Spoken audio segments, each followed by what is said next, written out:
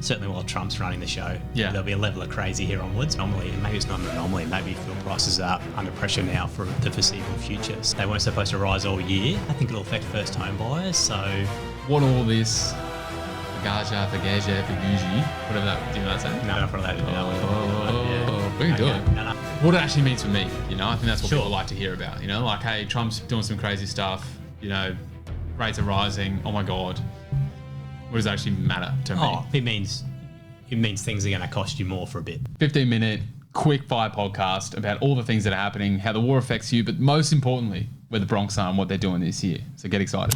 Yeah. So how do you think the war is affecting us in what we're doing? Deep question straight away. Straight into it. Well, interest rates up this week again. They weren't supposed to rise all year, so immediate impact for us would be the rate rise driven by fuel prices, Yeah. war driven. So quickly affecting homeowners, our mortgage broking aspect of what we do, whether people can still afford to buy what they want to buy. I think it'll affect first home buyers. So quickly. Yeah, right. Impacting us. And a month ago they were saying that, the rates will go up and then that'll be it for the rest of the year. Now they've gone up again and they're saying already that it'll go up again next month. What is going on? Inflation. Well, I think Bloody inflation, I tell you. it's hard, isn't it? Everyone should stop spending. So I think 6 weeks ago, they were still talking about the rates being on hold for the year.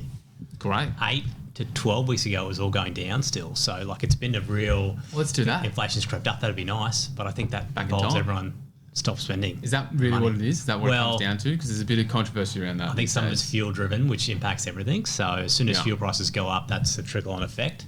They talk about removing that from the numbers when they're looking at inflation. I don't know how accurate that is. I'm sure they're good at doing that, but it's hard. Removing fuel Well, from removing their the anomalies. calculations. So you have inflation, which is a top line item to look at. So consumer price index, they're looking at how much it goes up by year on year, comparing one part of time with another part of time. But it's supposed to take out the anomalies. Right. So is that mean? Is that sure, median man, an or average piece, average, yeah, maybe. I didn't do very well in maths. It's more like if there's a cyclone or an event that pushes up prices for a certain reason, they'll remove that anomaly from the bucket.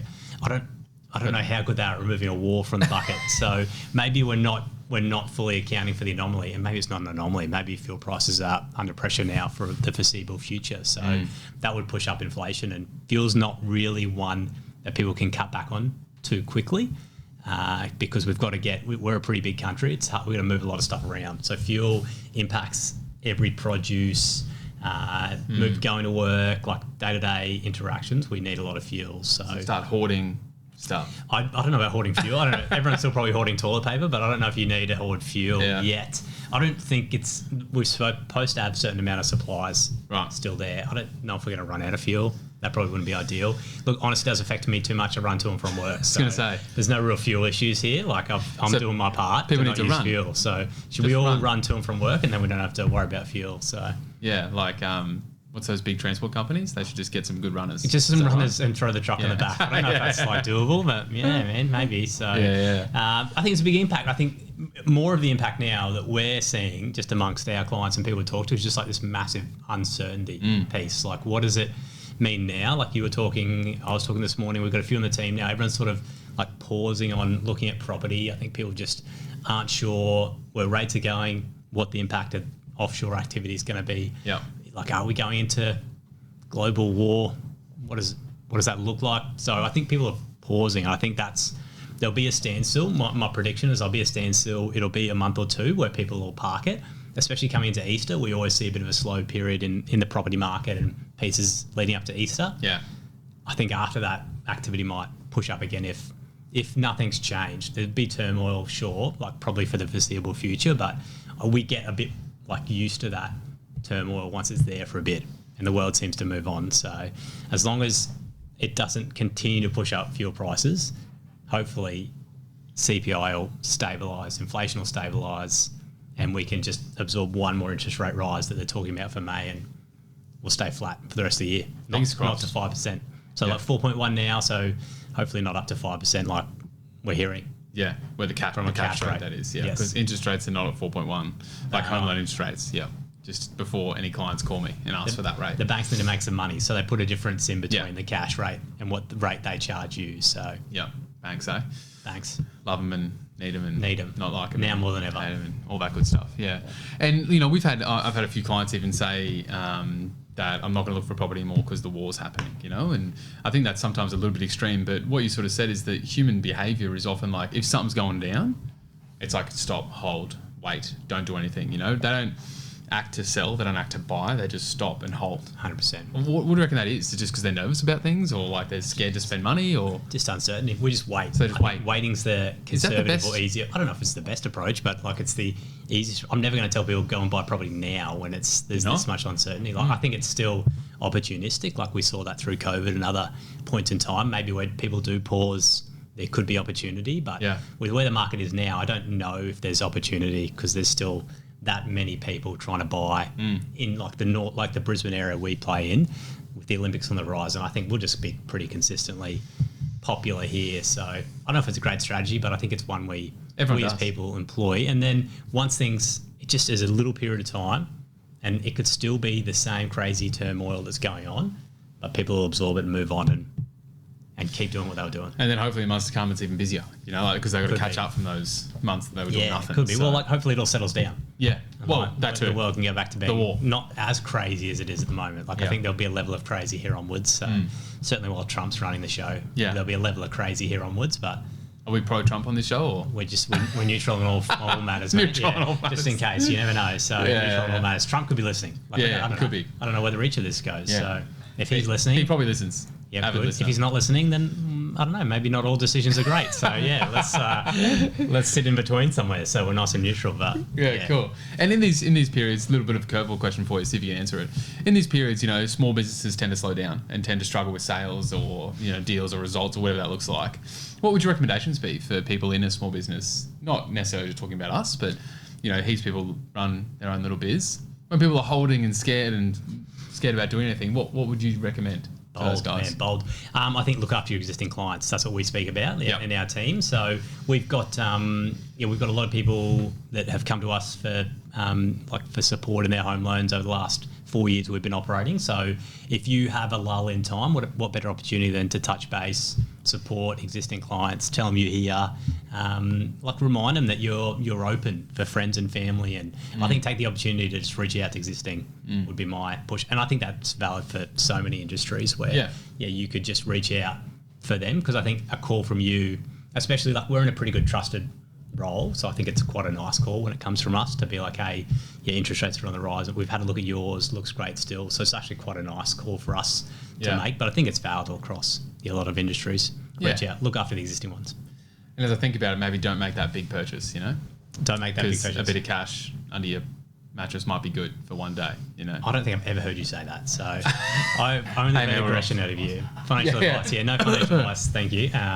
Put a little asterisk, float the asterisk up here now if you can't see it. No financial advice, but look, maybe it is one to have a little buffer. Yeah, which makes sense. If you've lived without a buffer for a while, maybe now's the time to have a small buffer. So for the just in case. For the just in case. Or even individually as well. Yeah, that's probably valid. Well, not advice because we can't give that, but it's probably valid information. Have some money. We can't say that. I don't know. Even if you say it, I'm unsure. So maybe not. Yeah. Yeah. Oh. Good curveball. You got any others or? Not particularly about that. Yeah, that's sort of all I wanted to clarify. I think it's just good to figure out what all this Fagaja, whatever that. Do you know that saying? No. Oh, I think it's like Matthew McConaughey or something. I'll take your word for it. Is that what it is? Yeah. Wolf of Wall Street. Yeah. Oh, I think it's when he's having lunch with Leo. Yeah, and he's like, yeah. And he, don't know if we're allowed to do that one. We can do it. No, that's okay. What it actually means for me, I think that's what people like to hear about. Like, hey, Trump's doing some crazy stuff. Rates are rising. Oh my God, people aren't doing anything. Everyone's holding. But like, I'm listening to this in the car driving to work. Like, what does it actually matter to me?